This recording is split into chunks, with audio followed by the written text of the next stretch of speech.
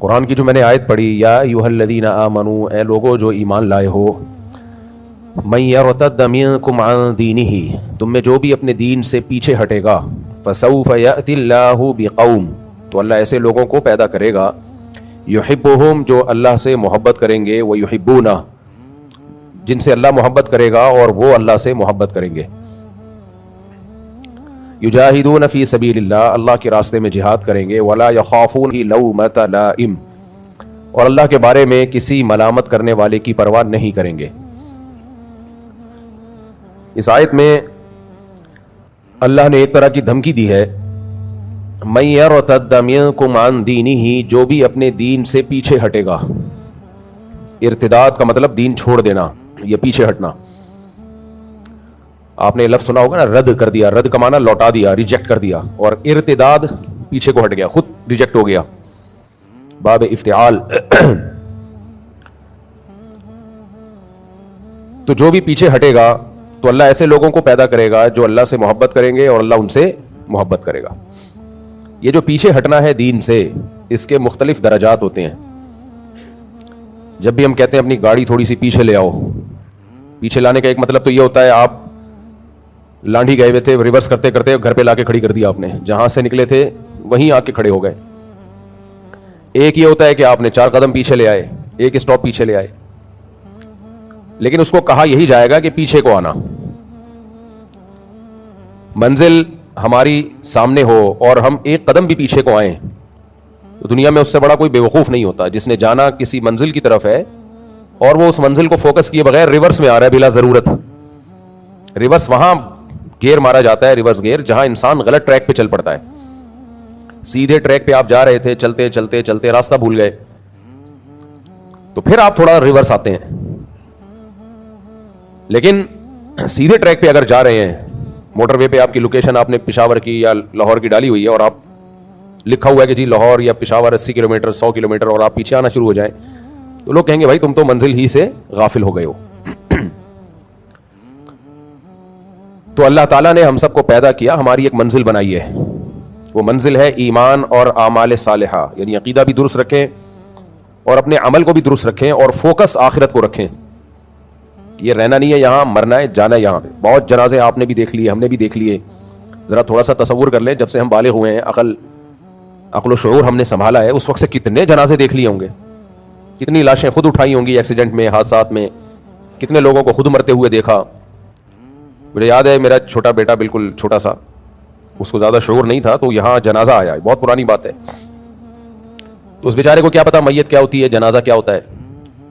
تو اس نے دیکھا کوئی صاحب لیٹے ہوئے ہیں کفن میں اور نماز پڑھی جا رہی ہے، نہ ہل رہے ہیں نہ جل رہے ہیں، تو گھر میں مجھے آ کے کہنے لگا ابو آج میں نے ایک مرے ہوئے انکل کو دیکھا ہے، یعنی اس کا خیال ہے انکل تو ہے لیکن یہ تو ہل بھی رہے ہیں، کچھ بھی نہیں کر رہے، تو یہ شاید مرے ہوئے ہیں۔ تو مجھے کہنے لگا آج میں نے چلتے پھرتے انکل تو بہت دیکھے، ایک انکل مرے ہوئے دیکھے۔ تو اس کی بات پہ تعجب اس لیے ہوا کہ جو مر جاتا ہے اس کو انکل نہیں کہا جاتا، جو مر گیا اس کو یہ نہیں کہا جائے گا مرے ہوئے انکل، مری ہوئی انٹی، مرے ہوئے چاچو، مرے ہوئے خالو، کسی کے خالو یہ سن کے نہ مر جائیں، مرے ہوئے ماموں، مرے ہوئے پپا، مرے ہوئے ابو، تو مرے ہوئے کو یہ نہیں کہا جاتا، اس کے سارے القاب اس سے چھین لیے جاتے ہیں۔ تو میت ہے، میت کب آئے گی، میت کا جنازہ۔ آپ نے یہ نہیں دیکھا ہوگا کہ جو مرا ہوا ہو اس کو کہا جائے ماموں کو لے آؤ، پپو کو یہاں لے آؤ، نہ بھائی میت کو، پپو کی میت کو یہاں لے آؤ، خالو کی میت کو یہاں لے آؤ، والد کی ابو کی میت کو یہاں لے آؤ، دادا کی میت کو یہاں لے آؤ۔ تو جب ایک ٹریک ہے، سب نے مرنا ہے، مسلمان اپنی منزل سیدھی رکھتا ہے، اسے پتا ہے کہ میں نے آخرت کے لیے بناؤں، میں دنیا کے لیے بنا ہی نہیں ہوں۔ اس وقت دنیا میں جو سب سے زیادہ جس چیز نے انسان کو تکبر میں اور اللہ سے غفلت میں ڈالا ہے وہ ترقی ہے۔ پاگل ہو گیا ترقی کر کے، سن کے وہ سمجھ رہا ہے کہ بس یہی ہے، اور وہ اس دنیا کی ترقی کو دیکھ رہا ہے، اپنی حیثیت کو نہیں دیکھ رہا۔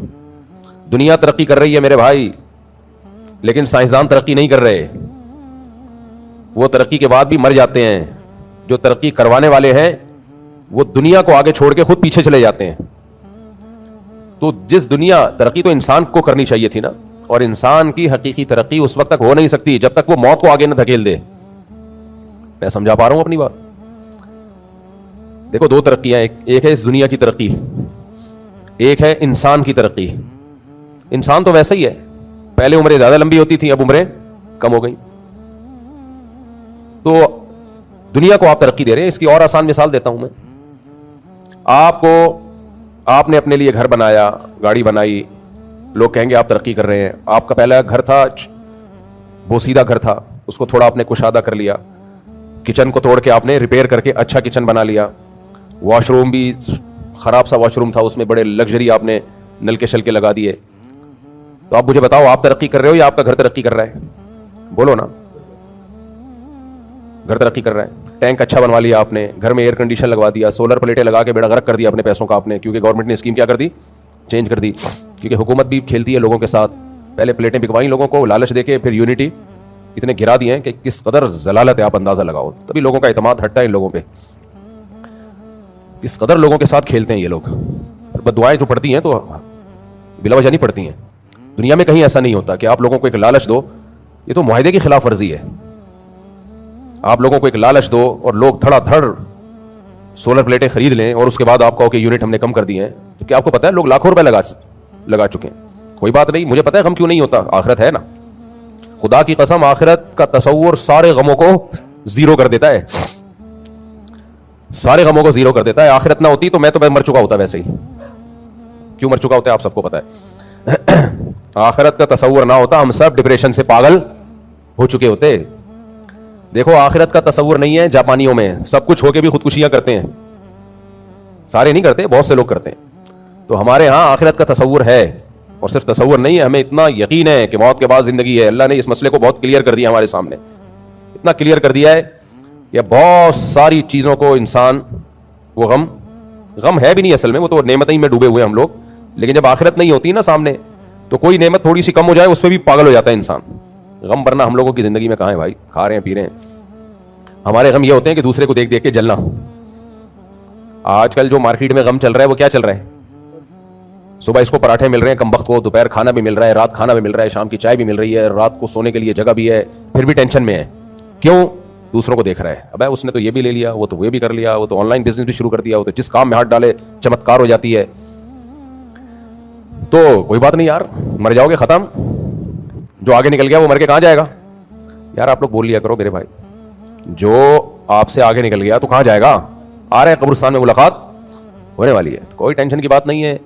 لوگ موت کو غم سمجھتے ہیں، حالانکہ موت غم بھلانے کا سب سے بڑا ذریعہ ہے. لوگ سمجھتے ہیں موت سب سے بڑی ٹینشن ہے. بھائی صاحب موت نہ ہوتی تو ہم ٹینشن سے مر جاتے، مرتے نہیں کیونکہ موت نہ ہوتی، لیکن پاگل ہو جاتے. تو یہ تو اللہ کا بڑا فضل ہو گیا، اللہ نے ہمیں بتا دیا تم مر کے مٹی نہیں ہو جاتے. حضرت علی رضی اللہ تعالیٰ عنہ سے کسی نے پوچھا، دیکھو بعض صحابہ ایسے تھے جن پہ خوف کا بڑا غلبہ تھا. حضرت ابو بکر، حضرت عمر یہ کہا کرتے تھے کاش ہم پیدا ہی نہ ہوتے. جو اہل اللہ ہے نا ان پر اللہ کے، کسی پہ اللہ کے خوف کا غلبہ ہوتا ہے، کسی پہ اللہ کی محبت کا غلبہ ہو جاتا ہے. تو حضرت ابو بکر سے یہ منقول ہے، وہ کہتے کاش میں گھاس کا تنکا ہوتا، کاش یعنی اللہ کے سامنے کھڑے نہ ہونا پڑتا. لیکن حضرت علی رضی اللہ تعالیٰ عنہ سے منقول ہے، وہ فرماتے اگر ہم پیدا نہ ہوتے تو ہم اللہ کو کیسے پہچانتے؟ تو ان پہ اللہ کی معرفت کا غلبہ تھا. ہم اگر نہ ہوتے یعنی اللہ کی پہچان، اللہ سے تعلق، یہ اتنی بڑی لذت ہے کہ اچھا ہوا ہم پیدا ہو گئے. دیکھو یہ پوری کائنات جو بنی ہے نا، یہ وہ میں گھر والی مثال سے ہٹ نہ جاؤں، مجھے یاد دلانا. گھر کا میں نے واش روم ٹھیک کروا دیا تھا اور کچن ٹھیک کروا دیا تھا. کیا کیا رہ گیا تھا؟ 2-3 چیزیں رہ گئی تھیں، وہ بھی ٹھیک کرواتا ہوں انشاءاللہ. تو لیکن ٹھیک کروا کے آپ خوش نہ ہو پھر آپ کو ماروں گا. آپ سمجھ رہے ہیں سب کچھ ٹھیک ہو جائے گا بھائی، ابھی پھر اس کے بعد جس نے بنایا ہے اس کو ماروں گا میں. وہ مثال میں انشاءاللہ کمپلیٹ کروں گا. تو کیا مثال چل رہی تھی ابھی جو؟ ہاں حضرت علی رضی اللہ تعالیٰ عنہ کی مثال دے رہا تھا میں.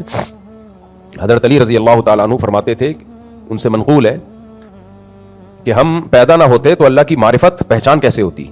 یہ بڑی زبردست بات کی ہے. آج دیکھو سائنسدان جب یہ تحقیق کرتے ہیں نا، ایک ویڈیو میں دیکھ رہا تھا کائنات کی وسعتوں کے بارے میں، مجھے یہ ویڈیوز بڑی اچھی لگتی ہیں. تو کتنی بڑی کائنات ہے اور کیسی کہکشائیں ہیں. تو ایک سائنٹسٹ نے کہا کہ اگر انسان نہ ہوتا تو یہ سب تو راز چھپے رہتے. کون کہتا کہ اسے کیوں بنایا گیا ہے، کس مقصد کے لیے بنایا گیا؟ اتنی بڑی کائنات جس کے رازوں سے پردے اٹھ رہے ہیں، تو کوئی تو ہو جو سبحان اللہ کہنے والا ہو. یہ اس کی بات کو میں اپنے الفاظ میں بیان کر رہا ہوں، اس نے سبحان اللہ الحمدللہ نہیں کہا، وہ تو صلو علی الحبیب والے بھی نہیں تھے. تو کون ہوگا جو اس کائنات کو دیکھ کے اس کے رازوں کو فاش کرے گا اور اس کی گہرائیوں میں غوطے لگائے گا اور ہر روز کوئی نت نئی تحقیقات سامنے لائے گا. تو جانوروں میں تو یہ کچھ بھی نہیں ہے, وہ تو پیدا ہوئے مر گئے ختم. تو اس سے اس حدیث کی تائید ہوتی ہے. وہ حدیث تو کمزور ہے, ضعیف ہے, لیکن اس کا مفہوم درست ہے, قرآن سے ثابت ہے اس کا مفہوم. کنت کنزا مخفیا, اللہ کہتے ہیں میں چھپا ہوا خزانہ تھا, میں نے چاہا کہ میں ظاہر ہو جاؤں, اس لیے اللہ نے انسان کو پیدا کیا. یعنی اللہ نے جو کائنات بنائی, اپنی طاقت, اپنی قدرت, اپنے کمالات, کوئی اس کے کمالات کو پہچاننے والا تھا کیا؟ فرشتے تو اللہ کو دیکھ رہے ہیں, ان کو اس مادی حقیقت کو تھوڑی پتہ ہے کیا کیا کمالات ہیں. وہی وعلم آدم الاسماء کلھا, اللہ نے اس زمین کی جتنی بھی مادی اشیاء ہیں ان کے حقائق آدم علیہ السلام کے سامنے کھولے ہیں, فرشتوں کے سامنے نہیں کھولے, ان کو پتہ ہی نہیں ہے, ان میں یہ صلاحیت ہی نہیں ہے. تو انسان ہے جو یہاں چیزوں کو دیکھ کے حیران ہوتا ہے, بھائی یہ کیسے, یہ کیسے, یہ کیسے, یہ کیسے, تو وہ پھر بنانے والے کی تعریف کرتا ہے. کوئی بھی دنیا میں مینوفیکچرر کمپنی ہو یا کوئی بنانے والا ہو, وہ اپنی بنی ہوئی پروڈکٹ سے پہچانا جاتا ہے. دیکھو جو نظر آ رہا ہو وہ دیکھ کے پہچانا جاتا ہے, جو نظر نہ آ رہا ہو وہ ان چیزوں سے پہچانا جاتا ہے جن چیزوں کو اس نے. میں جملہ جان کر ادھورا چھوڑتا ہوں تاکہ آپ اس کو کمپلیٹ کر لیں. جو بنا